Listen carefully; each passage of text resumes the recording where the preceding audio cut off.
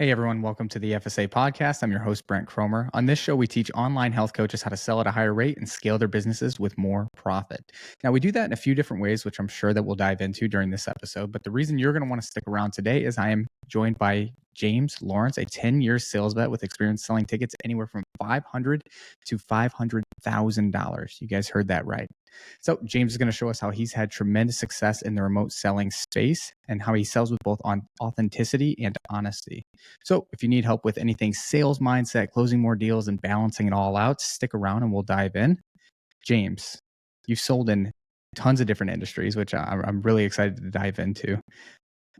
How did you get started and what was like sort of your biggest obstacle to really make it in this space? Because it is very competitive. Mm. It's always interesting transferring into the remote sales space.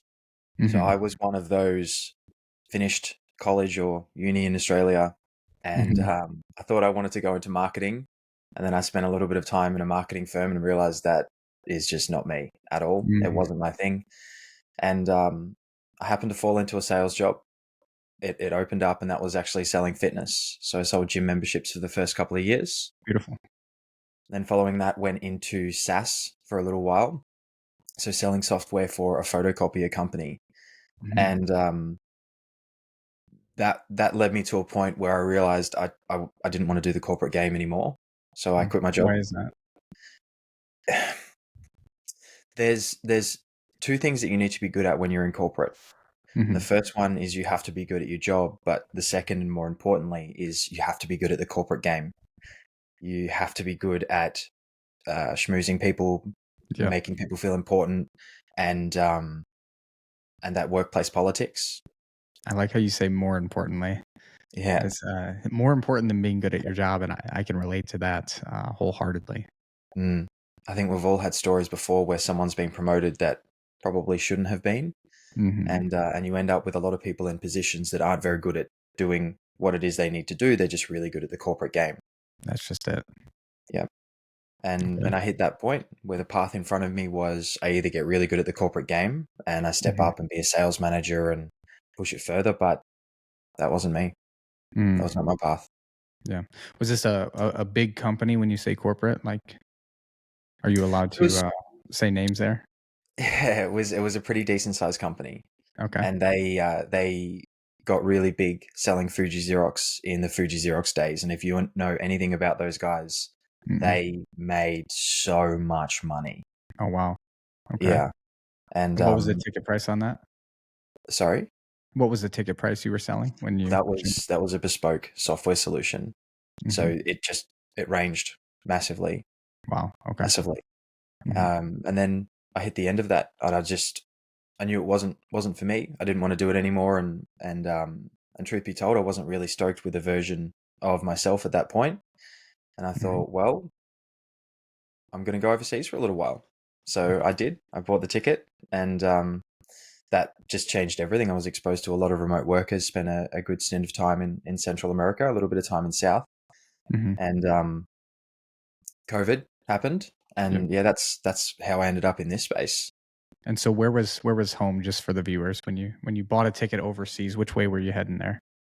So I left from a place called Geelong in Victoria in Australia, and I initially went to Japan, and then after that I went to Guatemala. Spent a good few months there, and I actually broke my foot about a week in. So I spent a few months stuck in a place called Antigua, and a good friend of mine, Michael, who you've also met, that's where he lives. So it was 3 months. Is that where you guys hadn't met there though? Correct.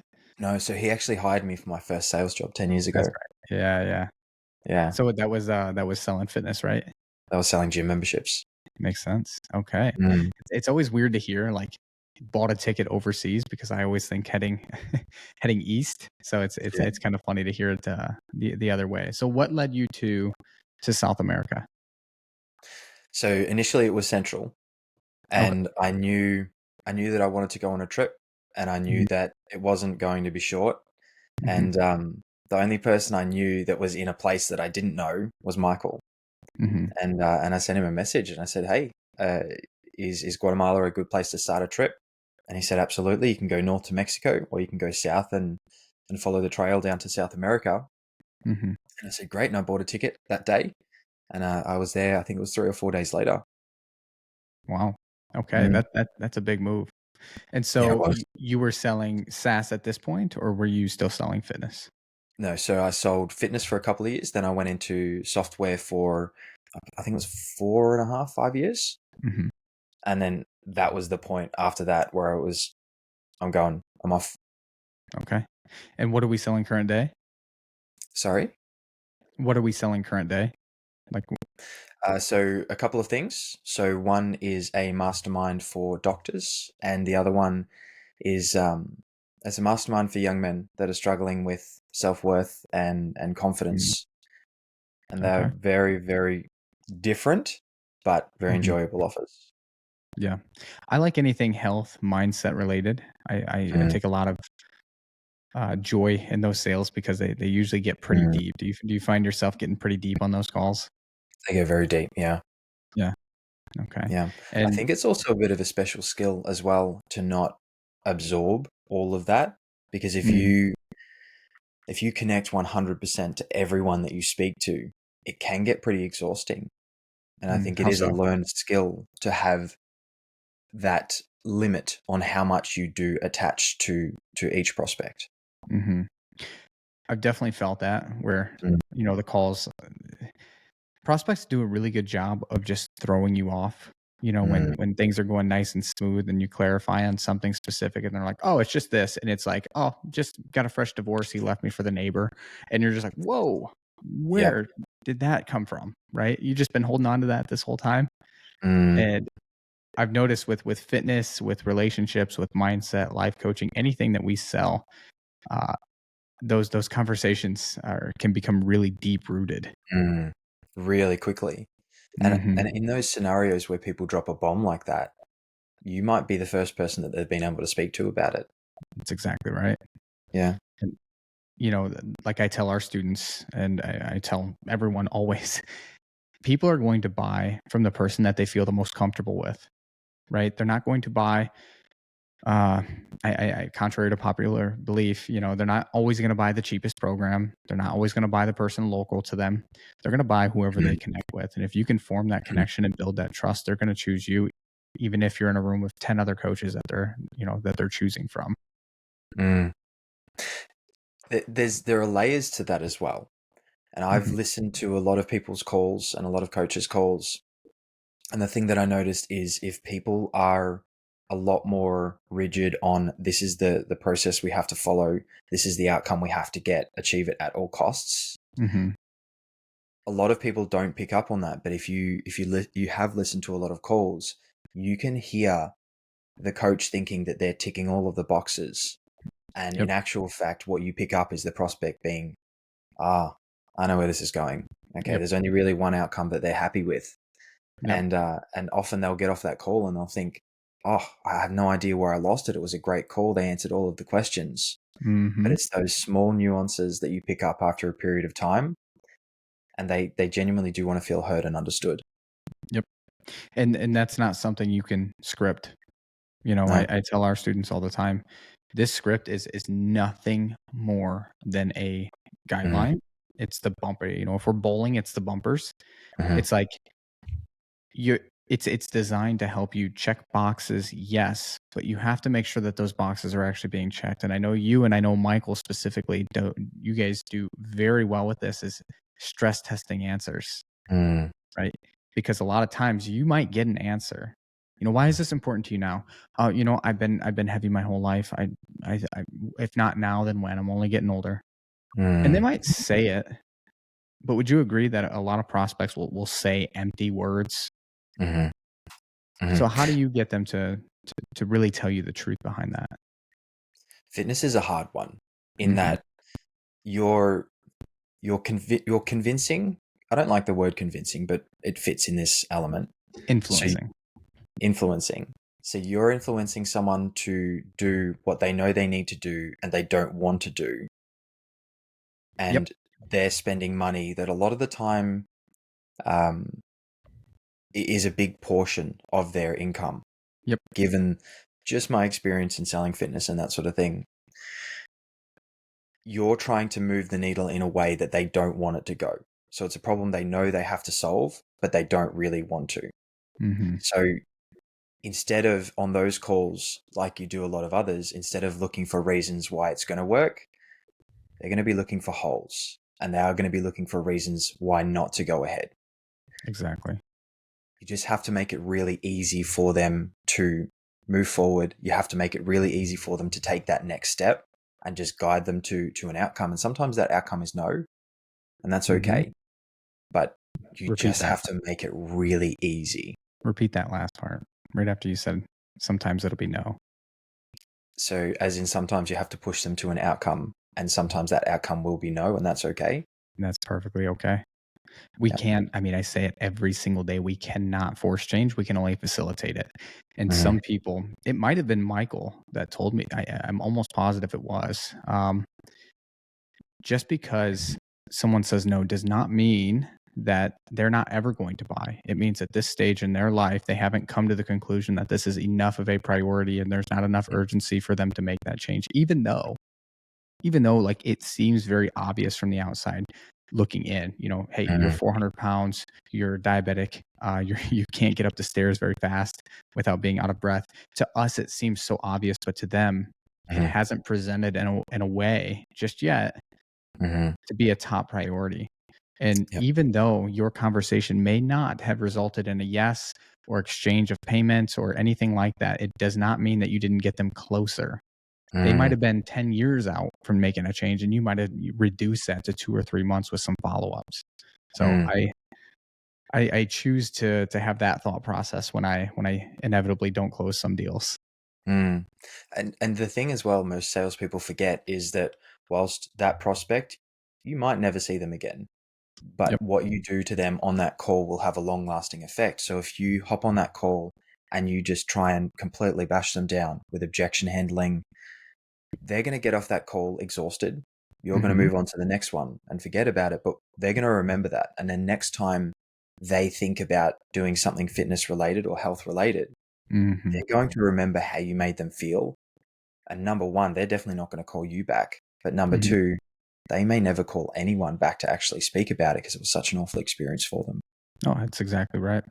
Mm. I um maybe some of the viewers have heard me talk about this, but when I was designing our push-pull buying process, our sales process for health coaches, the first person I went to, I had a mentor. I hired a couple mentors, and then I got this crazy idea that I would go to a therapist. And I'm like, I'm going to go to a therapist.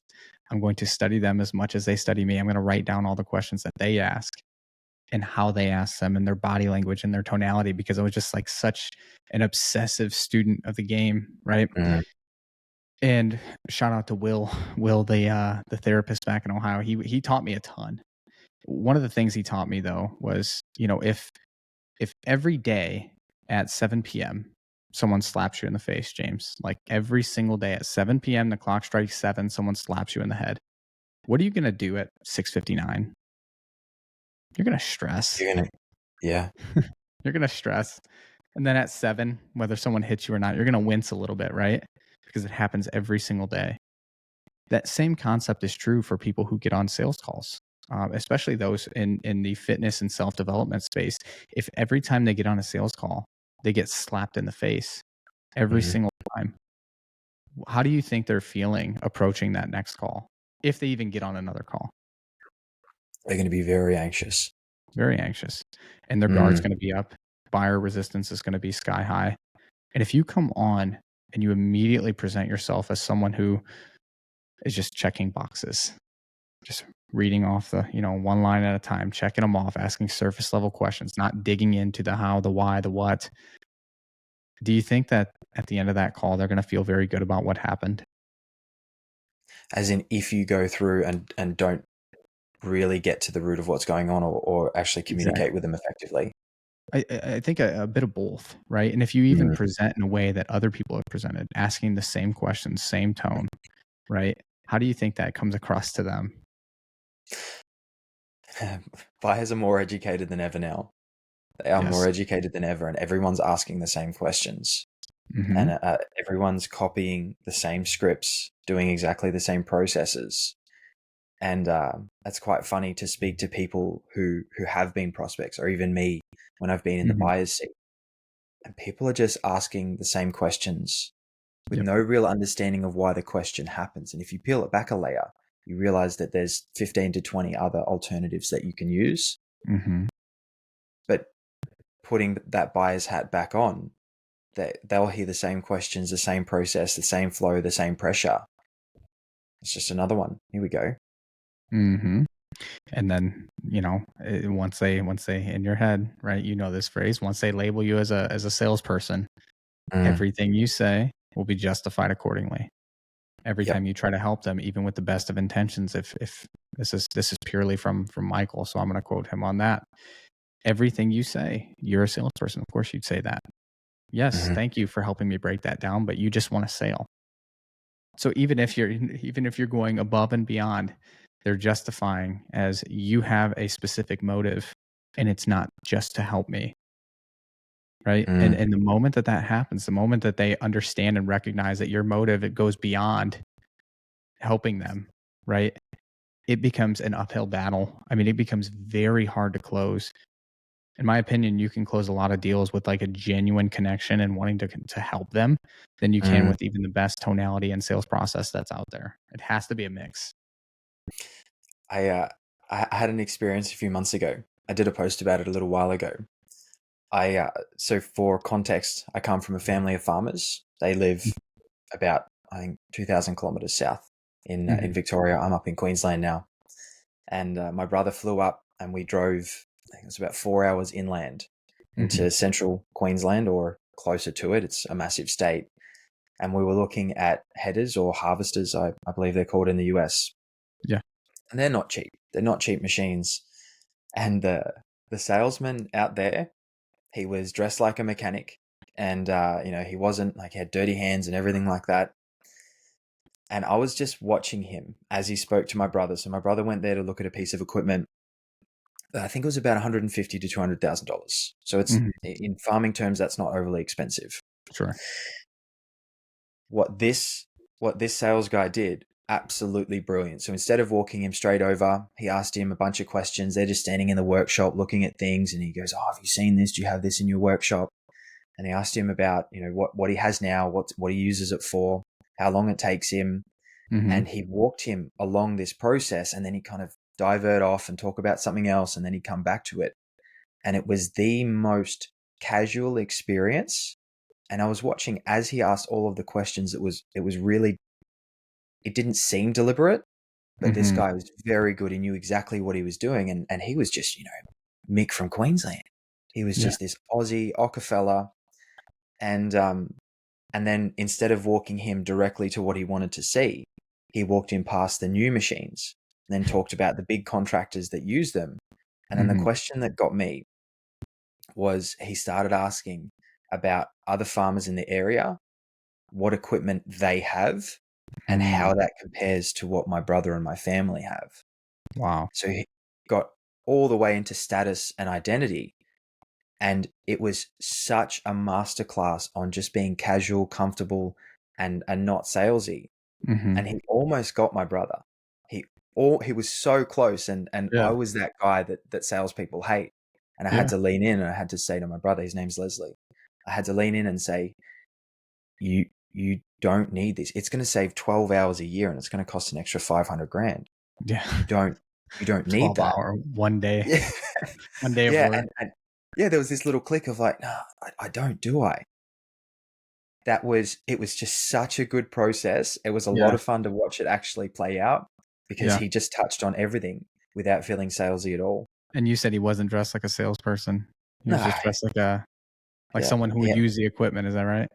yeah. So he was dressed like a mechanic. So basically, blue shirt Yep, and blue shorts. There was grease and stains and a couple of little tears on it. yep. Very, very disarming. It's very it's brilliant, right? If you go into a luxury car, if you're going to buy a Bentley, right, you would expect them to dress the part, right? To have Mm, on like a nice jewelry, a nice suit, because you want to feel connected, right? So for him mm, to, dress down per se mhm, to meet his clients where they're at, beautiful. It's beautiful. mm. Wow. And even around where I live here, so for reference, I live in a place called the Sunshine Coast, and Mhm. it is a beach town, kind of surfer vibes, if I can put that in perspective. Everyone wears sandals Mhm. or flip flops, and just shorts and t-shirts, singlets, that sort of thing. The new sales guys, when they move here, especially from a city, they'll walk around in their button ups and their chinos and their suit shoes, Yep. and then within a month, maybe 6 weeks, all of that's gone because Yeah. that's associated with a new sales rep. And Ah. it's interesting. Different environments require different looks and images. Yeah. I mean, it's a beautiful concept because like no matter what you're selling, you have to meet people where they're at, right? Mm, They have to feel like either you've been there where they are or you understand where they are on like a fundamental level, right? yep. So and for him to walk past the more expensive machinery, I think that's funny.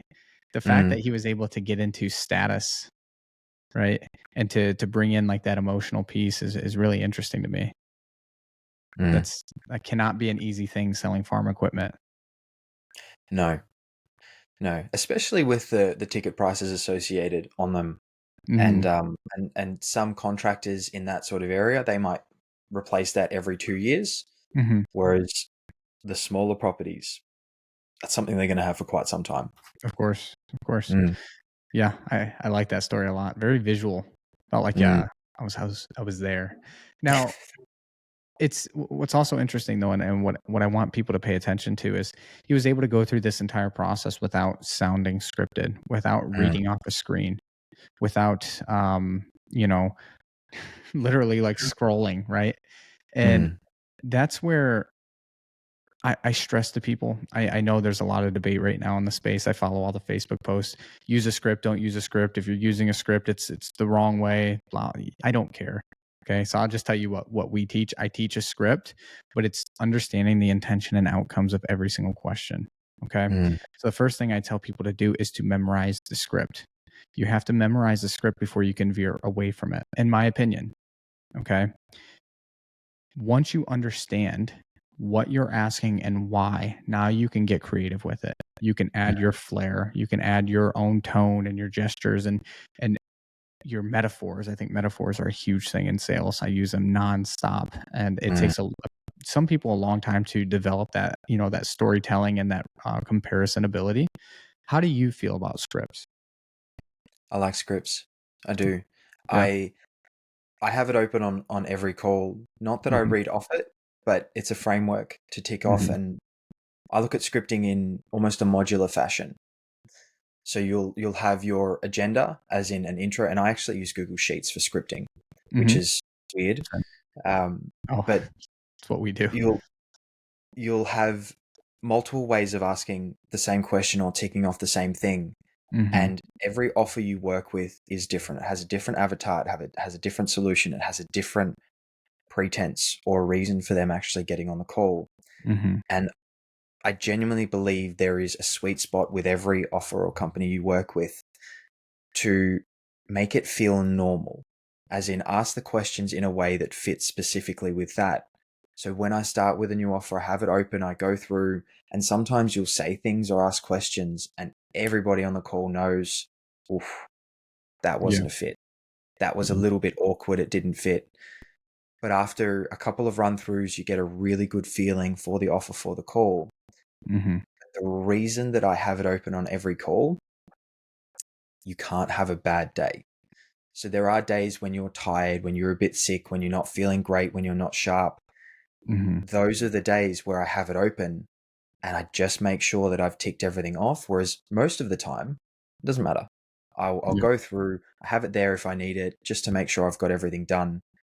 But on the days where I'm not on the ball, not feeling 10 out of 10, Sure. I make sure that I give the prospect the exact same experience on those days as well. Hmm. Yeah. I have it open on I wrote the damn script and I have it open on every Mm. call. Like I have it memorized into like the foundation of my soul at this point. Every Mm. word, apostrophe, and everything. I still have it open because one, I want to make sure that I'm following the process. But two, if something doesn't land, I'm gonna do like a little quick highlight. That Mhm. question didn't land. I'm gonna do a quick highlight there. And what I'm gonna do is I'm gonna go back and I look at the video and I see how it landed, how they received it. If I Hmm. felt like they got uncomfortable, if I felt like it sounded awkward, I'm going to adjust that. I'm gonna make amendments to the script as I go. Because even though it's my script, I don't talk the same as I did a year ago or Hmm. 6 months ago, right? Or maybe it was too complex for them and it missed. And I find myself constantly explaining that question again because they're always clarifying, right? Like, oh, what do you mean by that? And I'm like, oh, I mean this. If I'm constantly doing that, I'm not going to keep asking a bad question. I'm not Hmm. phrasing it correctly. So, you know, I think a lot of people, what they'll do is they'll get a script from like a mentor or they'll write one out, and that's the Bible, and it doesn't really Hmm. move. And you got to adjust and make changes like as you go. Yep. Otherwise, it's a stale script. A script can go stale. That is exactly the same way I view it. If something doesn't hit, if something feels off, I'll go back and I will try and figure out as many ways as I know to touch on that same point Hmm. and then figure out my version of it. And sometimes you have to A, B, C, D, test it, whatever it needs to be on a Yep. decent sample size. And you will find something that's like, yeah, that hits. Yep. That's really good. But because I use Sheets, I leave all of the options in that section. Yes. So Give it might yourself be under it. variety. Yeah. Yeah. And some connect better with others. So if you have 4 different ways to ask this one thing and then 4 different ways to ask another thing, you'll Hmm. find that certain flows or questions or sequences connect a lot better than Yep. if you were to use option 3 instead of option 1. Hmm. Yep. That comes with a lot of reps and a lot of time, but I much prefer to do it that way than remember someone's script and follow that religiously forever. I couldn't agree more. It's connecting those neurons, right? I know I'm here. I know this is the information I have, and I need to get them to either confirm or deny that this is true, right? And how do I Mhm. get them there? There's a million different questions I can ask, right? So what we'll do, like with our students, is we'll go around and like round robin. I'll ask a question, and then I'll call on someone. They have to ask the exact same question, right, with the same outcome in a totally different way. And we'll do Mm. this over and over and over until someone loses, and then they'll drop off, and then we'll keep going. And someone lose, you know, it's like horse basically, right? If they have that over in Australia, I haven't heard of horse before, but that's I like this as an exercise. a basketball term. So, but yeah, basically, you know, the people will fall off if they can't think of one, and then you'll just keep doing it and doing it with all the different questions in the script until you've heard 10, 20, 30 different ways to ask it. Mhm. And over time, after hearing that and that repetition, right? When we go to that, you know, that question a couple weeks later, it's like you're going to start firing off things that you didn't even know were stored in your brain. You're going Mhm. to be on a sales call and something's going to roll off your tongue that's so smooth. And you're like, what the hell was that? Right. Let me just hit book, you know, mark that in the call so I can go back to that. Mhm. And it's just getting people to think differently. It's hard and it takes a lot of reps, but I think it's one of the most powerful things you can have in sales. It's just that variety variety, I think is the word, right? Just having like Mhm. an arsenal of different ways to ask questions. What you said as well about sometimes you drop something on a sales call and where did that come from? Mhm. My favorite questions that I ask now, that's where they've come from. It's Mhm. just I've said something on a call and I've even surprised myself. And you Yep. obviously recording the call, you write it down, and those become staple questions. Yep. No, 100%. Even when Mm. we're it's funny too. I don't know if you're like this or if it's just me or what. Someone will ask me because I get questions like all day, right? How would you handle this? What would you do here? What would you say to this prospect? This prospect said this on a call. How would you have done it? Or call reviews. Sometimes I'll give like a word track, and because you know there's so, and you're, I'm sure you're the same way. You're getting so many reps, and you know your process so well. Sometimes I'll say something, and then immediately forget. Like like a client will be like, "Repeat that. That was really good." I'm like, I blacked out. I have no idea what I just said. Yeah, You'll have to yeah, go back to the recording because it just flows at this point. You know what I mean? yeah. And I think it's a lot easier to do a couple of flows from start to finish and Hmm. show how things can connect And with having a framework for a sales call, it's not linear 1, 2, 3, 4, 5, No. 6. It's you ask something here and they drop a hint that connects to number 5, which then connects back to 1, which connects to 3. And then you Yes. drop down to 4 and then back to 2. And I find it a lot easier to do a flow of how all of these things connect together versus what questions can you ask in this specific one, Mm-hmm. which for me is something that I specifically when teaching people how to do it, I'll go through, do a couple of flows, and then go back and dissect what I Right. actually did rather than, ask this, this, this, this. Mm-hmm. Well, that's the difference, right? Like a lot of when we talk to people, people who don't feel like they're ready for what we offer, and that's perfectly fine, right? The most common objection we hear is, I already have a script. It's like that. And I always laugh a little bit. I always smile because it's like, that's great. You have a script. Do you have a process? It's like, yeah, I have a script. No, those are mutually exclusive, right? A script and a process are 100% different. Yes, you read beginning to end, but you're not. Most people, James, don't see sales for what it actually is. And it's this depth that's like unreachable. Every conversation with the same script, you can have the same script and have vastly different conversations all day, every day for the rest of your life.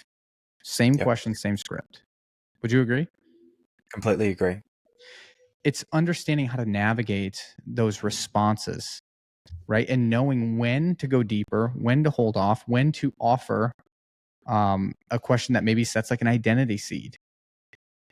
You understanding your prospects and understanding what objections you may or may not get and planting those seeds accordingly through those steps.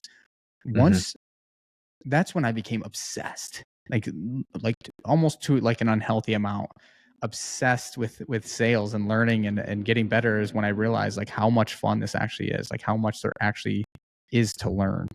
I still feel that same passion. I read a post a little while ago, and it was about Dean Kazura. I hope I pronounced his surname correctly. Yeah. So he was speaking to someone, and the way he looks at it, he and I had this conversation afterwards. Mm-hmm. Sales is an infinite game. You never really clock sales. You never finish sales. It's just, oh, great, I can improve here. Or you Mm-hmm. learn this new strategy, or you learn this new tactic. Yep. That's how I've always viewed it, but I've never been able to put a label on it, on how I view it. And then hearing it is an infinite game, you never get to the end. And then by extension, if you contrast that, I speak to a lot of up and coming sales reps that are trying to learn sales and processes, and they're being really hard on themselves. Like, oh, I just want to get to this point. I just want to get to this point. Mm-hmm. And you have to stress that, well, when you get to that point, you're going to look forward as far ahead as that is now from where you are now. Absolutely. And then you're going to be happy when you get there and be happy when you get there. Just be kind to yourself, be patient, be consistently getting better, because you never really finish sales. You never get there. There's always another piece of human behavior or psychology or marketing or something like that gets added in, and you just keep leveling up.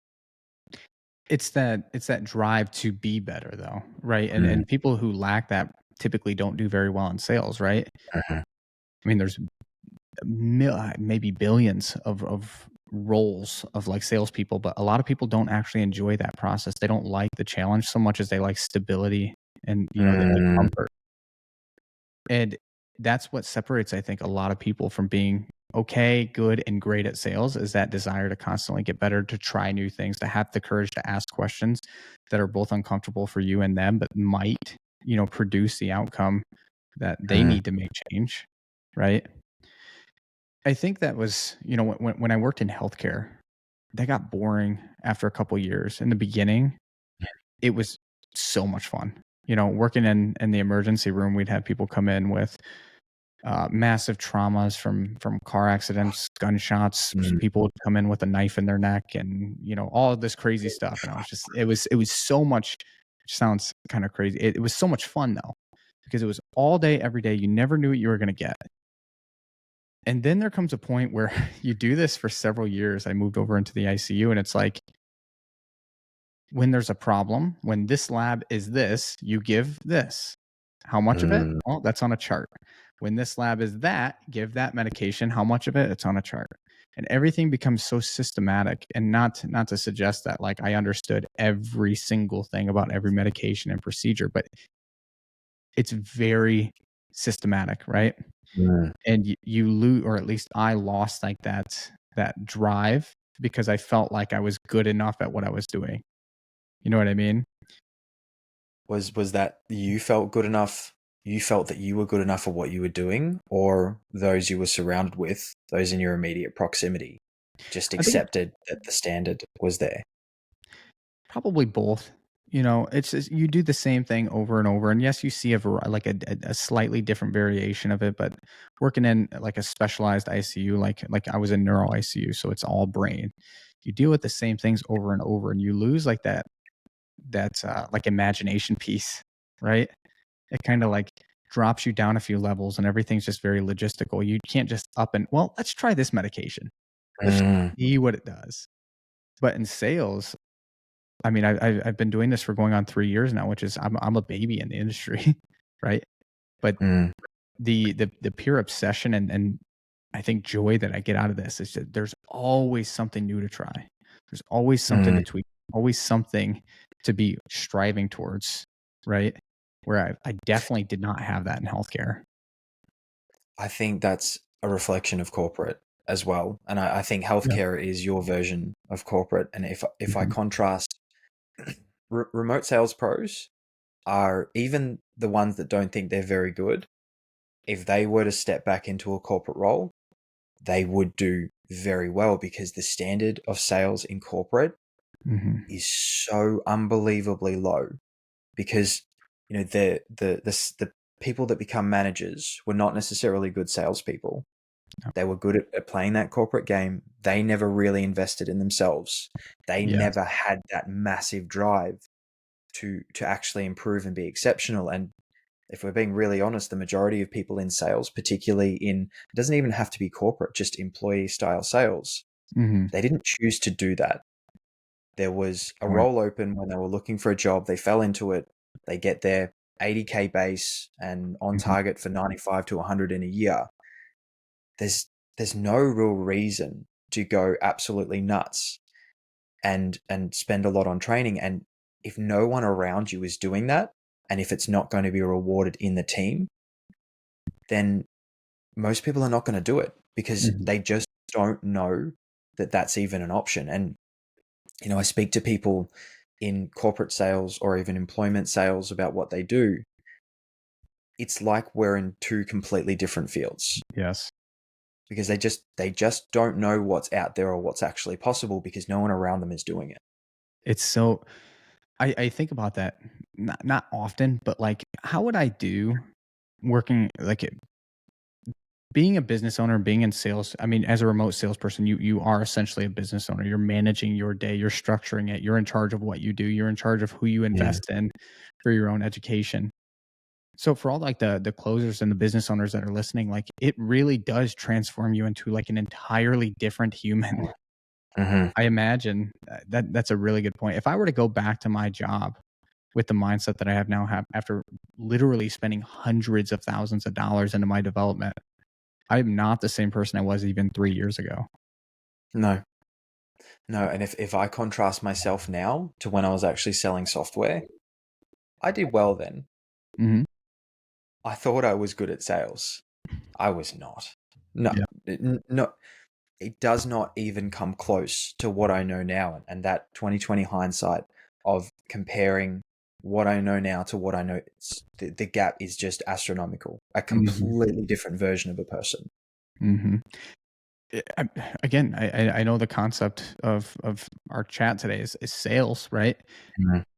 And yes, we're both a little biased towards it because it's what we do all day, every day. But being good at sales will open so many doors for you in Mhm. every aspect. I couldn't be more thankful to have a truly in-depth knowledge on psychology and how to ask questions and when to ask them and what to ask because it's helped me. I know you travel quite a bit. I travel as well. Like it's helped me negotiate rent to landlords, which is hilarious. It's helped me in my relationship. It's helped me talk to friends and family. It's helped me make friends at pickleball, right? It's helped me Well, in so many different ways that it's really unbelievable the amount of confidence you have going into any conversation and knowing that it's not going to be awkward and you know exactly how to navigate it. mm. And you don't have to worry about understanding what the subtext is. Nope. I'm not sure if I use the right word. So if someone is saying something and they're not really saying that, or maybe they're being a little bit smug, or, as an example, you never have to think, oh, I wonder what they were really saying. Mm. You can pull that apart straight away. You can articulate yourself in a way clearly, so you never leave a scenario and think, Mhm. oh, when I said this, did they perceive this? Or when they said that, did they really mean this? Mhm. And that's one little thing that you don't think about disappearing. And now I look, I can't remember a time where I left a scenario where I was unsure of what actually happened. And you can, like, even things as simple as my vet he has a very thick European accent, Mhm. and he won't do phone calls with anyone. He has to meet face to face because they won't understand what he's saying. Mm. Whereas he'll gladly call me and talk me through whatever's going on with my dog because I can pull apart what he's saying I and see. enable him to articulate what he means. Mhm. And that's one tiny little thing, but it applies to everything. You can just clearly communicate everything that's Mhm. going on. Yep. That's unbelievably powerful. In any Mm, role that you're in, I feel like everyone should have a really good base level understanding of how to ask questions, how to navigate conversations. But even understanding it, you can't factor out the reps, mm, right? Like, yes, I went through all the trainings. It didn't mean anything until I made it my own, until I actually went and had the conversations and realized Michael's a great example. I keep referencing him, but he was a great mentor for me as far as sales go. He was one of the very first ones I hired. Michael he has that very Australian accent. You guys are able to just say things so fluid. I mean, so smooth. And the words that you choose are a little bit different, right? It's obviously still English, but you choose slightly different verbiage. And when I was getting trained like with Michael, I would go back, I would watch the entire call with him, which are usually, I don't think we've ever had a call less than an hour and a half. I would play it back at 1x and I would write down every word track he said because I didn't have like the AI note takers. mm, And I would write down his exact word tracks and I would try to use them on my next call. And I'd talk like an Australian man with a with an Ohio accent and it wouldn't land. And I'm like, what is mm, wrong with this? And so many people do that like with my process. And the first thing I tell people like when they're learning our push pull buying process is what you're going to do is you're going to say these words and you're going to sound exactly like Brent. You're going to sound like Brent Cromer and it's not going to feel and sound natural. So you need to say it over and over and over until your brain does this thing where it's going to piece out words, put in words and change it mhm, over and over. And then eventually it's going to be recognizable. It's going to sound like your voice in your own head. But until then, it's going to be mine. mm, I had to do that for hours with Michael because he's so articulate and I am not very articulate. So I had to swap so many of his words to get the same foundational question. mm. The Australian accent's an interesting one. Mhm. So how I speak to Americans and people on the phone is very different to how I speak to other Australians. Really? Because for reference, I grew up country. Mhm. I was a country kid. I had a lot more of stronger country Australian accent. Mhm. And this is how I contrast it. If I speak to my friends or family on the phone, a whole sentence sounds like one word. And we use these expressions that no one else will understand. So even when I Yep. was traveling overseas, I'd be speaking back home and the people around me like, what are you saying? I didn't Yep. understand anything. And then I would just switch it back on and I enunciate my words and Mhm. I talk through everything, particularly on the phone. And the majority of times on calls, people think I'm British, not Australian, Oh, really? because yeah, because I so clearly enunciate it. But there are a lot of Australian words that just don't transfer and don't understand. Mhm. But I feel like the majority of Americans have a positive association with the Australian accent, so that works for me. It's people the Americans love British and Australian accents. There's Mhm. You'll hear people try to use them all the time, and they always butcher it. But it's almost like an endearing trait being able to articulate so specifically. Where like me, I'm just not very articulate. So like I had to find a sales style where I used slang and like little bits of like these words. Not that I'm like a total hillbilly on the call, but like I found a way that works for my style. And it took a long time because all the people around me, Sean Ray and Michael Dunleavy, were my two mentors in the beginning. Sean is very British and Michael is very Australian. So trying to take everything, I Yep. have one in each ear, and I'm trying to like make this into like the American version. And it took a long time. But that's the key. Like once you can choose a winning process and make it your own, you have hmm it. I mean, not you don't have the key to sales, but you have something that's going to make you a lot of money. hmm hmm And you'll never be out of work. You'll No, never be struggling to actually find a way to make revenue should you desire you need it. nope. No matter how contracted the market, if you're good at what you do, if you're great at sales, you will find a job anywhere and everywhere. Mhm. Whether that's in the remote space or if you have to go to corporate, you're still going to be much better than a lot of people in a corporate setting, having been in this space. That's the thing that most people in this space forget, is that even if things don't work out in this space, you can always go back to corporate and Hmm. they will have you with open arms because, and this is something that most people don't understand in general, filling a space in a company is incredibly hard. Sales is a massive bottleneck in every company. And once you understand where the standard of a general salesperson is, especially in corporate, you are so easily the choice to fill a Hmm. position. It's unbelievable. And I have friends that that are still in corporate Hmm. and they have to fill positions in their companies. And I know how long it takes to actually fill a position with an okay person. And if someone good at sales, not amazing, if someone good at sales came along, went to any company and positioned themselves of, hey, I'd like to work with you. Let's see if we can actually make this happen. 9 times out of 10, they're going to get that position because a company will either have someone that they want to get rid of but can't replace, Hmm. or they're going to be understaffed. Yep. And that sounds very arrogant to actually say it that way. But if you're good at sales, or if you put even any effort over an extended period of time, being 6 to 12 months, to actively upskill, you're going to be better than the majority of the market. Guaranteed. And Yeah. because you took those risks, you managed yourself. You can't be a business owner. Let me preface this. You can, okay, and I've met some, but you can't be a successful business owner or remote closer without having certain character traits. Okay, it will be a short-lived career, and those character traits are things like being organized. Being hmm organized is the most important character trait I can possibly. I mean, literally, if I'm hiring anybody, it is that and that alone. If you don't know how to work Google Drive, if you don't have a nice, clean bookmark section on your computer, like if those just aren't things that you do, that's a red flag for me, hmm right? So, like being a business owner and having those character traits, you're naturally going to ascend in any job interview process because you're organized. You have invested into yourself, so you've already taken those risks. You're confident in what you've done because you've taken those investments.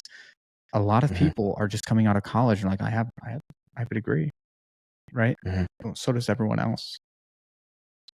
It's the character traits that separate you, and that's another good point too. Is just having when you have that confidence, James. If you lost your job right now, God forbid, I'm not putting that on you, but let's say for whatever reason you're like, to hell with this, I'm done. How fast do you think you could have another position? 24 hours. Yeah, Yeah. yeah, and that's But not I've also exaggerating. put myself in a position where I don't have to do that. So I've got a low ticket offer that ticks over in the background, Mm-hmm. and I do some one-to-one as well. And I always have multiple offers, whether Mm-hmm. it be one big one small one, low volume. So if one thing falls off, then that's okay. Mm-hmm. But the other side of things as well is I don't lead an expensive life. Yeah. I hear all of these people that they want to get to their they're 50, 60, 70K per month, Yeah. which is very achievable in what we do, and it's great. But the one question that I ask all of them is, why do you want that? Mm-hmm. What's that going to give you that you don't have now? Because your expenditure is just going to match your income Lifestyle instead tax. of, I think, if you set up a foundation for upskilling and creating, in my opinion, multiple revenue streams as a remote sales pro, Mm-hmm. I think that's the best option. Don't go for one offer that's going to give you massive amounts of income, Mm-hmm. because when that falls over or when that has a trough, and it will, it's just the nature of what we do, Mm-hmm. you're stuck. Mm-hmm. And I can't remember how I actually got here, but the conversation that I have with most up and coming sales pros is they get on one good offer. And the Mm-hmm. question I ask is, what happens when the marketing dips? Mm-hmm. What happens when they go through a lull? What are you going to do then? They're like, no, it won't happen. It's going to happen. Yep. And I think the best time for you to connect with a new company is when you are actually in a good position, because whether you take it or not, you're building all of these different connections. Absolutely. Again, it's that stability factor. And so how we got on Mm, that topic was, I asked you, like, if you were to lose your job, like, how fast that's could it. you be replaceable? It's those skills. So we work with, like, a lot of, again, anything online health coaching, Mhm. that's fitness, that's mindset, relationships, well, like anything, right? And this is a contracted market. I think I've already mentioned that, and I don't think I'm the only one to be talking about this. It is statistically more difficult to sell now than it was 12 months ago, let alone 24 Mhm. months ago, right? Yeah. Having the ability to be marketable is the best thing that you can have as a business owner in a contracted market, because let's say Sally, the mindset coach, can't pay her bills anymore. Her overhead's too high. She doesn't have enough clients. She has to shut her business down. But she's not particularly good at skills. She's really good at maybe, mindset and coaching and things like that. But if you don't have a certain skill set, like, it's really hard to find another gig. And so the best thing you can do is be confident in your ability so that you can take risks. You can, navigate through your business and make decisions very confidently, because if it doesn't work out, I have other options, Mm, right? If C4F, mm, ever took a spill again, God forbid, I know for a fact, with pretty much just real estate alone, I can pay all my bills perfectly fine there. So I have a lot of confidence, and I live cheap. I spent the weekend uh, out in the woods sleeping in the back of my truck with Brooke and our dog. Like, we don't have expensive hobbies. Um, but again, again, having the confidence in your skills and knowing that if even in a worst case scenario that you're going to be just fine, allows you to navigate your business in a very different way than other people are when everyone's kind of mm, running around scared, shitless, really. mhm. You can make educated decisions on what's the best fit for you. Hmm. And I see a lot of people out there, maybe they got let go from their past position, or maybe the marketing completely fell over, got shut down overnight. All of that happens every day. Yep. And they haven't built that confidence that they'll be okay. They haven't built that network. They haven't built another means to make income. They panic Hmm. for a month, 6 weeks, 8 weeks, sometimes, 10 to 12 weeks before they can find another position. And often what they'll do is they'll just take something for the sake of it, not vet it, and end up in something where they can't make any money, Hmm. or they hate the environment, but they have to do it because they've either built up a lifestyle that takes a lot to cover, Hmm. or perhaps they haven't done any risk mitigation. And being commission only, it's great. You have all the autonomy, flexibility, everything that you want to do. Sure. But if you don't sell, if you don't have a vehicle that enables you to sell, Hmm. then you're stuck. Scary place to be. It's a very scary place to be. I like that you dig into the why as well. You mentioned that a few moments ago. That's one of the biggest things we ask as well. Um, our head coach Wayne, he takes the bulk of our discovery and sales calls, and he was on a call with someone the other day. We have our sustainable growth model. So, like, like you said, not that you have to live cheap, but live within your means and create a highly profitable business, and you're going to be around a long time. The market's Mm, going to contract and flex and do all these different things. It's going to consolidate like it is, but you're not going to be one of those people that are consolidating if you have a highly mm, profitable business and you're living within your means, right? And mm, when I say within your means, that's a wide range. Within your means could be 10K a month, it could be 100K a month, but like so long as you're mm, being responsible with how you're spending your money, which is something that we coach people on as well.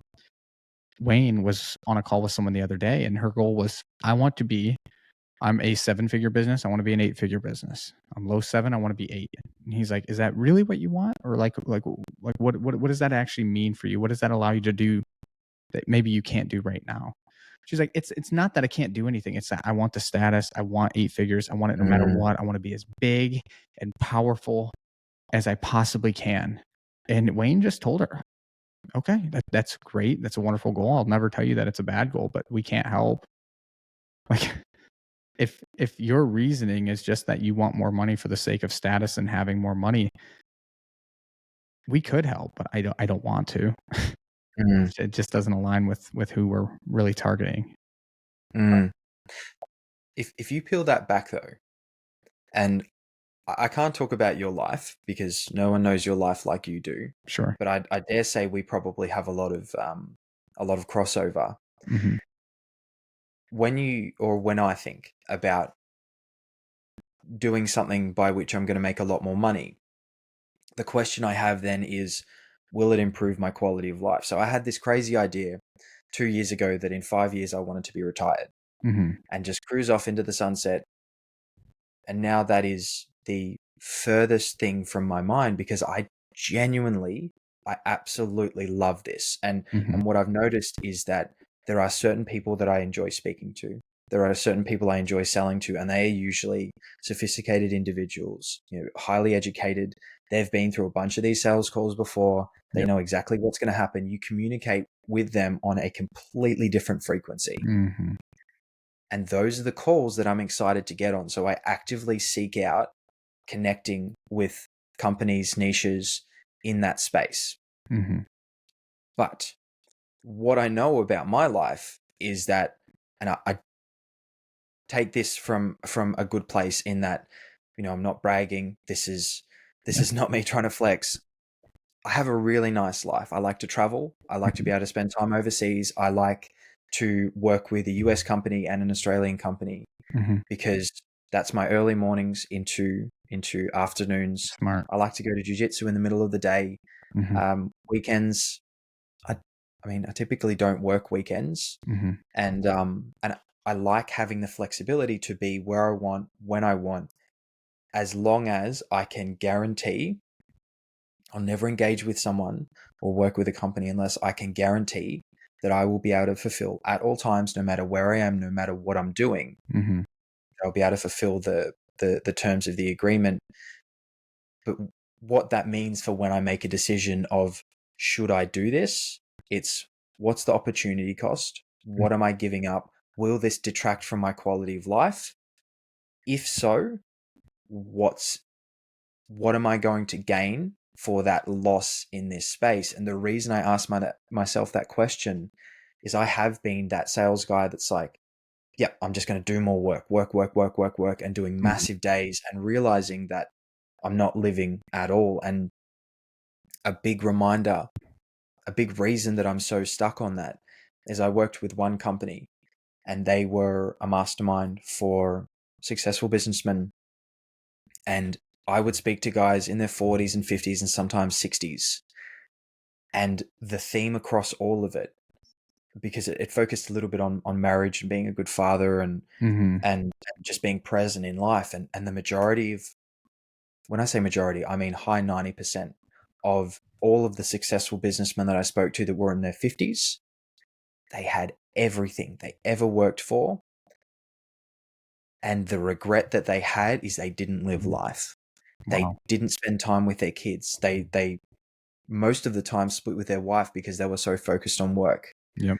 And they're sitting on this mountain of millions of dollars in their 50s. And I won't say the full quote because I'm not going to swear, But there was one guy, he said to me, just sold his company for, I think it was about 55 million. And he said, James, I've got all the effing money in the world and it didn't make a difference. I didn't see my kids grow up. I lost my wife. He goes, I've realized I've worked my whole life for this Mm, and it just wasn't worth it. And I know that took a little bit of a deep turn, sure. but I'm always clear that, these right now is the time of life you need to focus on. Hmm. It's like, sure, where does it take you? But how much is it going to detract from now? I think it's absolutely perfect. That Mm, was something that freaked me out for a little while. I was fortunate, and I say this, I was completely fortunate. Every single day. I don't know if you get like this, but like I just like I stop and think, I'm like, how is all this possible? You know, mm, like all of the, I much like you, and this is something we connected on. Right away. We hit it off a few weeks ago, but it was like, how is this my life where we make great money, we make a great impact, we help people tremendously, a lot of fulfillment, and then my day's done, right? My day's done. I get to spend time with my family. I get to go play pickleball. I get to go hike and explore. And it's like, how is this even possible? And what's funny though is it wasn't like that in the beginning, right? When I started the business, it was 14-hour days every single mm, day for over a year. I look back on that point in life. I don't regret it, right? Let me preface, I don't regret it, but I don't remember it. I mm, literally don't remember that period of my life, anything aside from what I built. If it's friendships, relationships, I don't remember going out. I don't like it. It's the weirdest thing. It's like that part of my brain has been erased. And it's like people go a whole lifetime doing that. Where mhm, like probably like this guy in his 50s, or maybe it was 55 million, but however old he is, you look back and you're like, holy shit, it's all a blur. mhm. And I was fortunate to get in and out of that in a year's time, but it's like that would be a very scary thing to experience, looking back and seeing it, like, just thinking, "Where did it go?" Mm. That's really interesting that you put it that way, and it brings up another caveat of what I mentioned.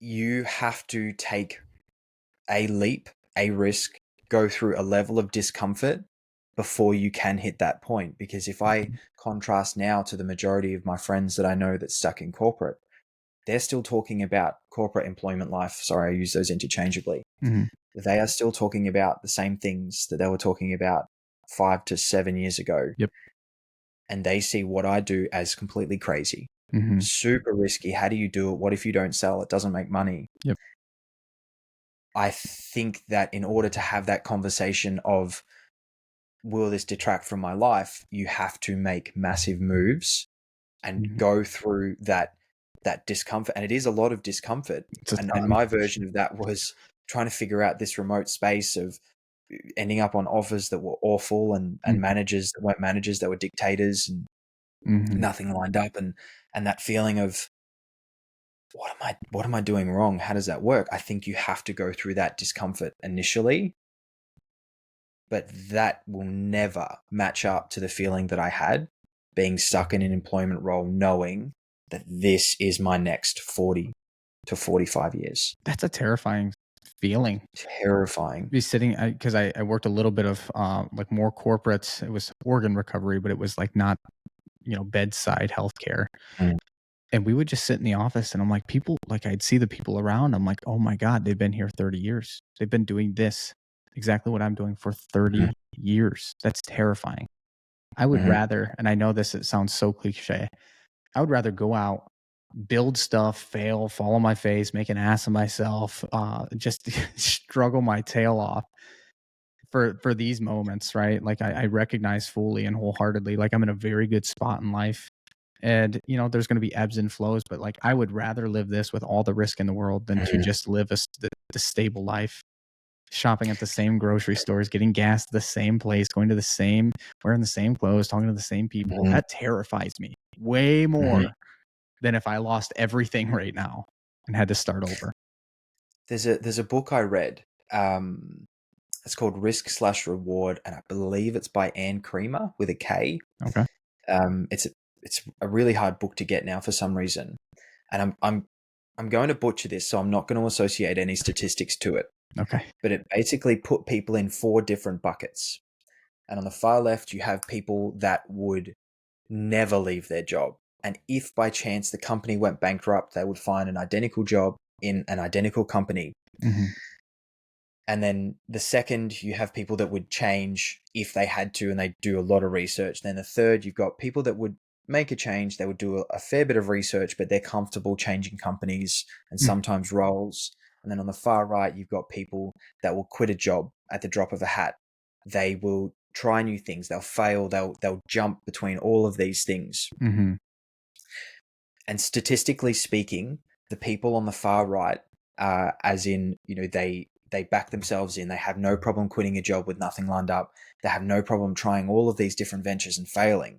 Statistically speaking, they are massive numbers happier than any of the other groups.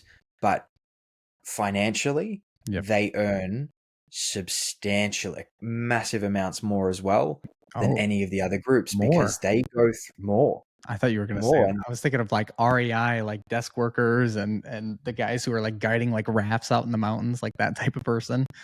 But no. So these are your entrepreneurs, your business people. And I remember at the time, this is when I read this book when I was still employed. And there was one of my friends at the time, he changed a number of different times. And every time he would do it, people would be like, he's an idiot. He's just got to stick to the one thing. Why does he always change? Yep. He should just stick with a safe job. And I remember being in these conversations watching, and I read this book, and then I compared where he was now to where he was 3 years ago. And I compared where everyone else was now to where they were 3 years ago. And that was the click of, whoa. Like who grew and who didn't. Has it figured out, and everyone here has no idea. And now the gap between where he was then and where he is now is leaps and bounds ahead. Wow. And all of those people are still pretty much in the same spot. And that's okay. That's their life. That's their choice. Sure. But that book of the higher the risk, the higher reward, how do you reduce that reward and still pursue the risk? That book for me was just a massive shift in how I viewed it. Try to get my hands on it the best I can, because that sounds interesting. I mean, there were times like throughout entrepreneurship where I was like, I genuinely wished that I had like that same mindset. Like I have really good friends that live that mindset. They buy the house, they have kids, they settle down, they get married, they go to the same job, they live the same life, they hang out with the neighbors, they do, and that's fine. Like there's so many times where I'm like, dude, if I had like the same thought process where I was just 100% content with that, life would be a lot easier. But then you like kind of peel back the layers and you're like, is it easier though? Because they have desires, right? They do, whether it's, whether they show it or not. I don't feel like anyone is just completely content, right, doing the same thing over and over. But I would actually want that for a period of time, because I'm like, then I wouldn't feel this need to constantly grow and invest and do all these different things in the company, because I'd just be cool with making 150K and going to work every day. I think you think that would be nice. And I think it's something that everyone experiences at some point, or their own version of it. And the majority of people I know that hit that point, it's at 27, when they have this realization of, and this is if you've stuck to the traditional path. Sure. They have this realization of, is this who I'm going to be for the rest of my life? Is this what I'm going to be doing?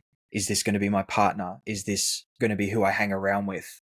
Like, is this it? And that's why you see a lot of people at 27. It just seems to be the age that I see most people do it. Yeah. They have this really dark point in their life. And I feel like that's the point they either decide, I'm just going to ignore this and, follow the path, or they decide, I'm going overseas, or I'm going to break up with my long-term partner, or I'm going to sell the house, or I'm going to start a business, or I'm just going to quit my job. Like, woo, YOLO, do it once. I think that's such an amazing experience. And if I speak to people that are in that 26, 27, 28 bracket, and I always seem to attract that person, because I mean, I experienced it, Yeah. and I have a really good way of making them feel heard and understood. It's, if you hit that point, don't push it down. Mm. Just pull at every thread, see what's there, because Yep. if you push it down, that's coming back in 5 years, and then 4 years after that, and 4 years, and then 3 years after Oh, that. wow. And I think you have to make this consistent decision to stay in that path with the horse blinkers on. And this sounds very dark, but I think the majority of people I know that decide that they want to follow that path and ignore the curiosity that pops up, I don't think it's one choice. I think it's a consistent decision to stay there, and it's not fun. uh, for everyone listening here, James James and I have spoke one time prior to this podcast. We were connected through friends, through a friend who, well, I guess a couple who felt like we would kind of kick it off, and we did. And I was like, dude, you want to come on a podcast? I obviously recognized how intelligent he was and how good he was at sales and navigating conversations. But the reason I preface all of this, James and I don't really know each other. I'm learning as much about him as you guys are on this call. So there's no way that he would have known that at 26 is when I when I went through that in my life. Uh, having those questions in the corporate life, starting a business, leaving that. 27, I sold the house. I started traveling full time. So everything that you just said in the past 5 minutes, literally is 100% my timeline. And you do like those questions will pop up, and I feel like they get more painful the older you get, because those questions were there in college when I was like, do I want to be a nurse? And I was a nurse. I'm like, why am I a nurse? Then I was in, travel nursing. I'm like, I get the travel aspect, but I'm still a nurse. Then I was like, oh, I get the corporate life, but I still don't love this. And every year it's like that question got a little bit more curious, a little bit more painful, until I'm like, dude, if you don't do something now, like you said, in a couple more years, I might have a family. It might be too hard to make this change. And lo and behold, here we are. It's like you read my biography before we hopped on here. Yep. That's it's interesting to actually know that, because 26, that was when it happened for me as well. Wow. I just knew that the version of myself, who I was, how I was conducting myself, how life was, that was not who I wanted to be. And I think the other problem is, and you sold the house and started traveling. Everyone has a version of who they think you are. Mm-hmm. So all of your friends had a version of Brent. All of your family had a version of Brent. And it's really hard for you to figure out who you want to be, or at least explore who you want to be, Mm-hmm. when you are boxed into this tiny little cage of, this is Brent, this is who you are, this is who you need to be. And by removing yourself from that situation, going and living somewhere else, making new friends, exploring new things, you are actually able to explore not only what you want to do, but what version of yourself that you have to be to make that a reality. And then you are not the same version of yourself now than you were 6 months ago. But because you have now stepped out of that box of everyone you knew growing up and everyone's expectations of you, I think that first iteration, that first big change, that's so scary and the hardest one to make. Whereas you then become the person that's consistently evolving, consistently changing. Mm-hmm. So people don't have that expectation that they're going to get exactly the same person as they saw before. It's like, yeah, I wonder what Brent's up to now. And he's always doing cool stuff. Yeah, that is a cool point. It's like that first big change is the one where you kind of like break out of your box, and then from there it's like that self-improvement journey begins. You are slightly different than each time. That invokes a lot of thought. I'm sure a lot of people listening here too are probably, if I had to guess, experiencing something similar in their life. I mean, it's a lot of entrepreneurs and salespeople. I mean, those are the two demographics that listen to this podcast. And I'm sure a lot of them are out there kind of wondering, if they're in that phase where it's like, what do I need to do to kind of like scratch that itch? And, I'm not the mindset guy, but I would say just do something extremely uncomfortable. Do something that you that you feel like you're capable of, but no one else around you kind of feels that way, right? They see a version of you and you want to kind of expand. It's just like, get out and just do something. I would Mhm. have, uh, it's a weird thing. Like anytime we would travel, I would get really anxious because I'm like, got to get to the airport on time, got to pack everything, can't forget anything, got to hope this place isn't, hope this hotel's not sketchy. Then I got to get the rental car. So I would have so much anxiety around traveling all the time. So to go and travel full time for me was like a big thing to literally pack up everything into my truck and to hit the road and to like travel cross country, different states, different cities, like all the time. Do something that you're absolutely terrified of, because now obviously like repetition and things like that, like that fear goes away very quickly. And that's a big thing about changing location. It's very easy for you to fall into that consistent routine. And for reference, the place I live now, the Sunshine Coast, I'm always going to live here. I know that Hmm. because I've lived in a lot of different places. I've traveled a lot. Nowhere makes me happy like this does, but I know that I have to get out of my routine. So I'm going back to Central America in 2 weeks, two Yeah. and a half weeks.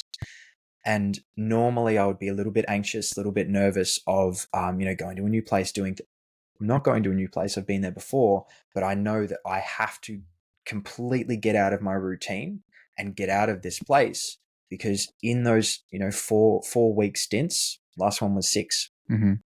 In those stints, I am out of my routine. I'm not surrounded by the same people, and Hmm. everyone in my life now is by design. Yep. I've got such great friends. Good way Everyone of putting is it. spot on, really good. But I have to be removed from that. And I find those stints are where all of my creative ideas happen. I make massive leaps forward in those times. You're doing that consistently. So there's always a new Mhm. place. There's always a new group of friends, a new area. That makes massive differences in your propulsion forwards. Yep. But it might not always be on the path that you think, because I don't think it's a linear path. You get exposed to new ideas, and I'm going to keep going here, but I'm also going to add that in. Yep. And like you said, like you're going to live where you are, but it's because you've had the experience of going elsewhere to know that I am happiest here, because I have that comparison, I have that reference. And that was where Mm, like I struggled a lot, because I'm like, where do I want to live? That's a terrifying feeling, to just lock up in one place someday. But mhm, after experiencing so many different places, I'm like, okay, I've at least narrowed it down and know where I'm happiest and where I'm specifically not. So I think mhm, having, and again, that has a lot of parallels for life, but it's just like, the more you experience, the more you can identify, like you said, the people in your life are there by design, right? Well, I'm sure at one point it wasn't that way. And so mhm, by experiencing multiple different things, you can kind of reduce down to what you appreciate the most. So, mhm. and last thing I'll say on that too is traveling a lot, material things, you can't stack them up. Yeah. Living in our truck, we made it at the end of each stint, we have to go to Goodwill, and we have to, anything new we buy has to be replacing something that we already had, right? Because it has to be sold or go to Goodwill. So we just finished our trip, donated a whole bunch of stuff, because we always accumulate, little bits of new stuff as we stop. But it's like nothing, we can't pack anything that doesn't fit in the truck. And I think that's been a good lesson for us too, making more money, um, not being allowed essentially to spend it if it takes up any space at all, which is Mhm. a funny way of limiting yourself. Well, one thing as well with location, a lot of people choose, well, they don't choose where they live. They live where they grew up because they have this idea that they have to be close to family in order to spend time. And that's okay. If Sure. you love to spend every day with your family, then that's great. And for me, family's become a lot more important, particularly in the past few years, because I had a realization um, that my parents are getting old. And if Hmm. I'm only going home twice a year to see them, Hmm. they live another 10 years. I have another 20 times seeing my parents. Yeah, that's And crazy. I realized it's nuts. It's nuts. That was a wake up call for me. And I've got a little niece back home as well. And then the question is, do you have to live where it's convenient and easy to see your family? Or do you create a life whereby you have the flexibility and the funds Hmm. and just the overall ability to, if I decide I want to go home in 2 days, cool. I get on a plane, I go home. Mhm. It's creating a life whereby you can spend time with your family. Mhm. You can do everything you want to do.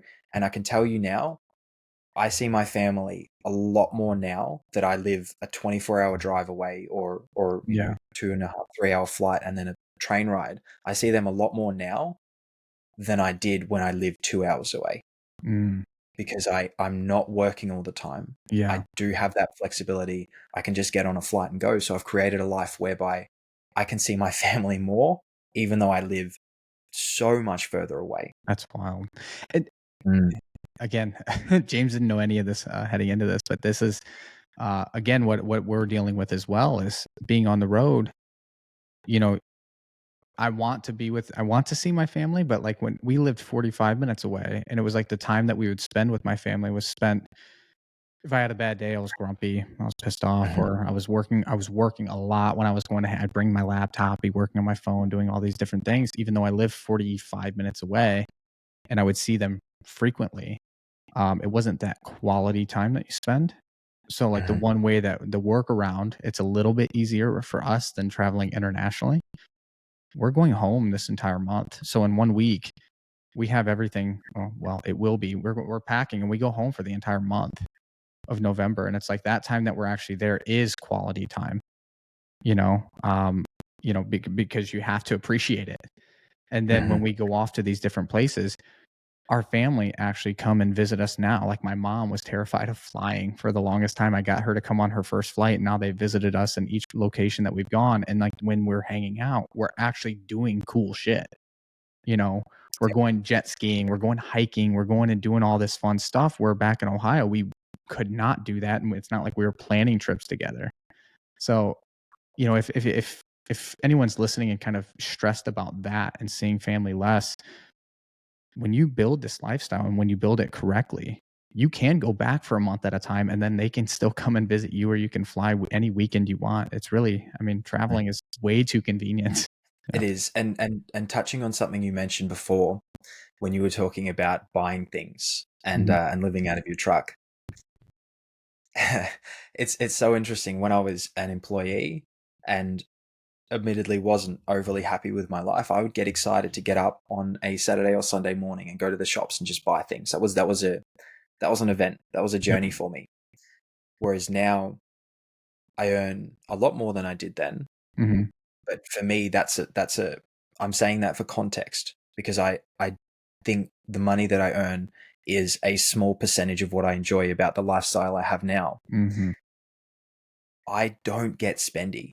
I spend so much less money now, and if I have to buy something, like even something small, so for for reference, I set up a gym, and at home, because I didn't overly enjoy going to gyms anymore. Sure. And that's just me. I used to be a gym rat. I was there all the time. And for me now, I love going to jujitsu. So that's the gym that I go to 5, 6 times a week. Makes sense. And weights for me is more injury prevention. And I would find myself having a little barrier. Like, have to go into the gym, like, I'll go a little bit later, which is Mhm. really rare for me. And I thought, well, why not have a home gym? Why not have a setup there? Mhm. And in the time you can do a workout, you could have gone to the gym and back. So I set up a really nice home gym, but even decking that out, you know what it's like. You're like, I could buy this, I could buy that. Oh, that's a really cool barbell. It Mhm. might even be, a $200-300 piece. You'll have a look and you think, how Yep. often am I going to use that? Yep. And Yep. yeah, the first thing I've bought in a while now was actually like an easy curl bar. Yeah. And I put it off Worth it. for 2 or 3 months, because I mean it's only $400. Yep. But how often am I going to use it? Mhm. And how long am I going to have it? And in the end, it was every week or twice a week. I think, geez, that'd be convenient. I bought it. And I know saying that makes me sound cheap, but having things and spending money, I've realized there's just no happiness there. And what I've noticed as well is I read a bit of research about anticipation Mm. being the most exciting part of anything. So it was mainly aimed at addiction. So that lead up to whatever the compulsion is the best part. not the fulfillment, Without a the doubt. lead up to it. And what I noticed is it's the same when you buy things. So Mhm. if you order something to come in the mail, instead of getting express next time, unless you absolutely need it, just get normal mail and you have that anticipation and excitement. And it's crazy, but when you get it, it's so much more fulfilling and you It get is a longer anticipation period. that look, one, I resonate with that 100% because again, it's the act of how something's going to be useful. Like it's that thought that's the most exciting, and then you get it, and then it will slowly fade, right? But Mhm. that anticipation period, um, look, I you don't sound cheap to me. You sound logical. I wanted a new coat, James. I wanted a new coat, and I had 4 coats already. I had a ski jacket, a regular coat, and then 2 hunting coats that I use for deer hunting. And I'm like, man, I have 4 coats. I really want this other coat, but I have 4 coats. So what I did, and I'm not again, I would say this as humble as possible. I'm not hurting for money. Okay. I could buy the the coat and there would be no second guessing, nothing about it, but I forced myself to sell all 4 coats before I was allowed to buy this new coat. The coat was 300 bucks, okay? Could I have just bought it? Yes. But I had to list all 4 coats on Facebook and wait, and I finally sold the last one uh to yesterday, and I was like, "Yes, I get my coat." And it took me like 2 weeks to get a coat for myself. So it's like not saying that everyone has to be extremely cheap, but it's you appreciate things so much more. And like it's just it's so funny because I thought like when I made it, when I got the 2 comma club and I made all this money that like I was like just gonna spend it and buy things like crazy. I buy less now, significantly less than Mhm. I ever have in my entire life. Less than I did in college when I had like $800 to my name. Yep. It's a Yep. weird And concept. that's I don't think that's unique to you. I think the majority of people, I think you have to go through a stage where you start to earn money, and you know what it's like, 18, 19, you start to earn Yep. some money, and then into your early 20s, you have a spike if you get into a decent role. And I think you have to have that experience of being able to spend money and actually purchasing things and realizing how unfulfilling it actually is Mhm. for you to kind of click over that that doesn't actually bring me happiness. Mhm. Experiences and activities do. And there's actually, I read a book recently. I don't know who wrote it, and I believe it's called Die with Nothing. And it was talking about applying a cost to experiences and the compounding effects of experiences during life. So, say for example, you spend 5 to 10,000 when you're early 20s on a trip to Europe or wherever it is you decide to go. For the rest of your life, you're going to be thinking about that experience. So every time you think about it, there's a value. Mm. So even when you're 40, 50, 60, sometimes 80, 90, you're going to be thinking back to that amazing trip you had in your early 20s. Whereas if you were to have the same trip when you're in your 50s, I mean, one, it's not going to be the same trip.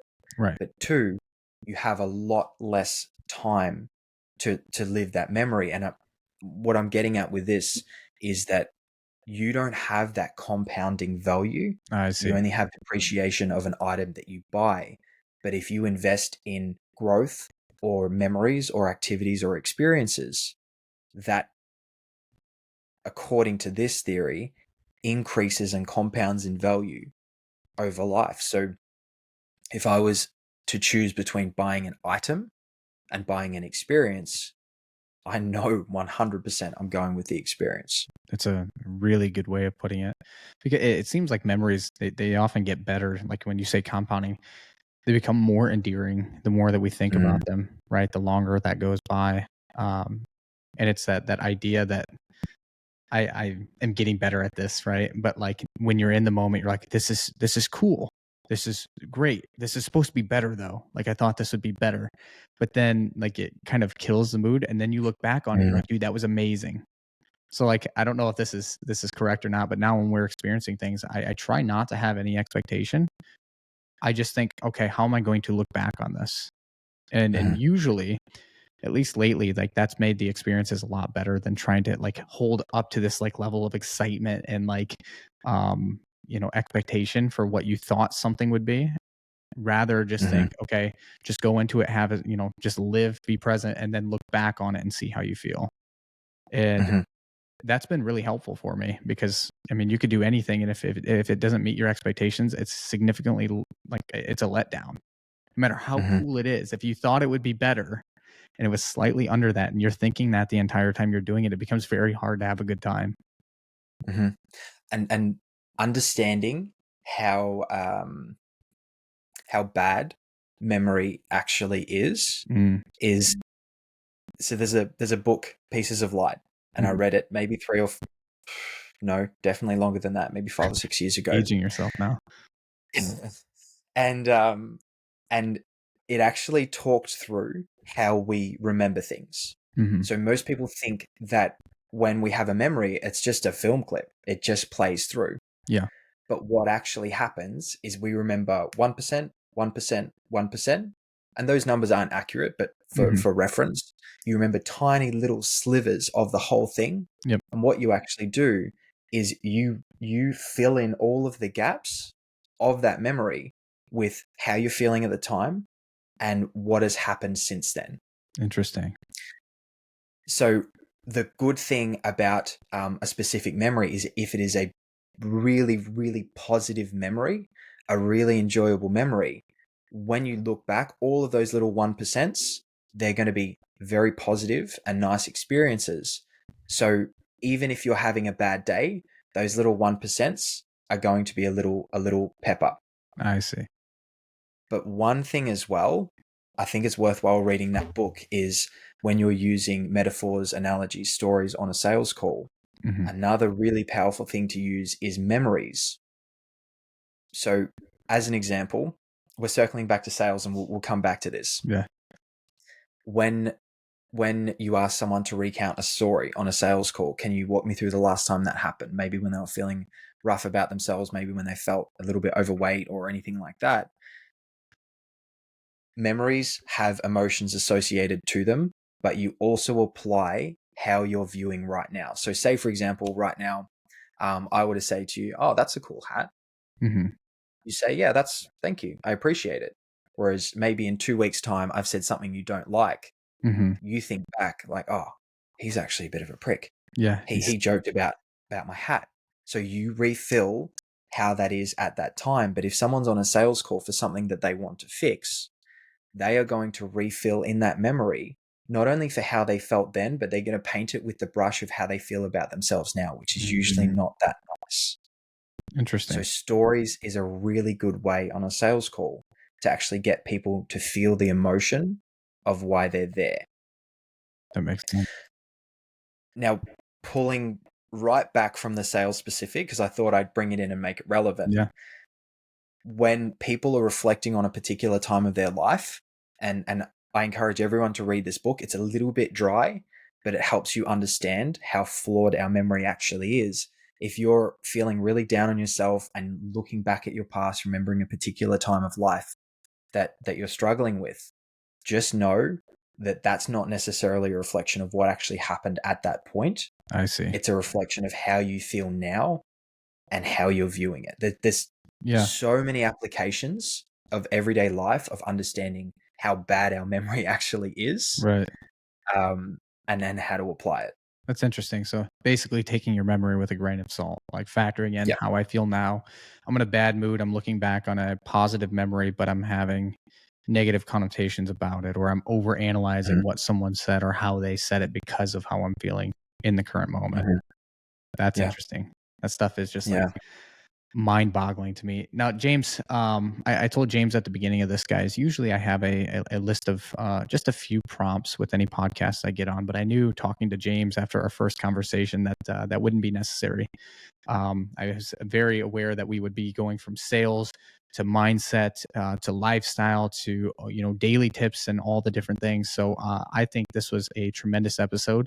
Definitely my longest, but one of the most enjoyable ones I've been on. So James, I appreciate you tremendously. Where can people connect with you? I'm most active on Facebook. Mhm. I'm on LinkedIn a fair amount as well. So Facebook would be step number one, James Lawrence, Lawrence, Mhm. with the black and white profile picture. Beautiful, beautiful. And I'll put your links actually in the summary as well. So, James, it's been a pleasure, my friend. Likewise, thanks for having me on.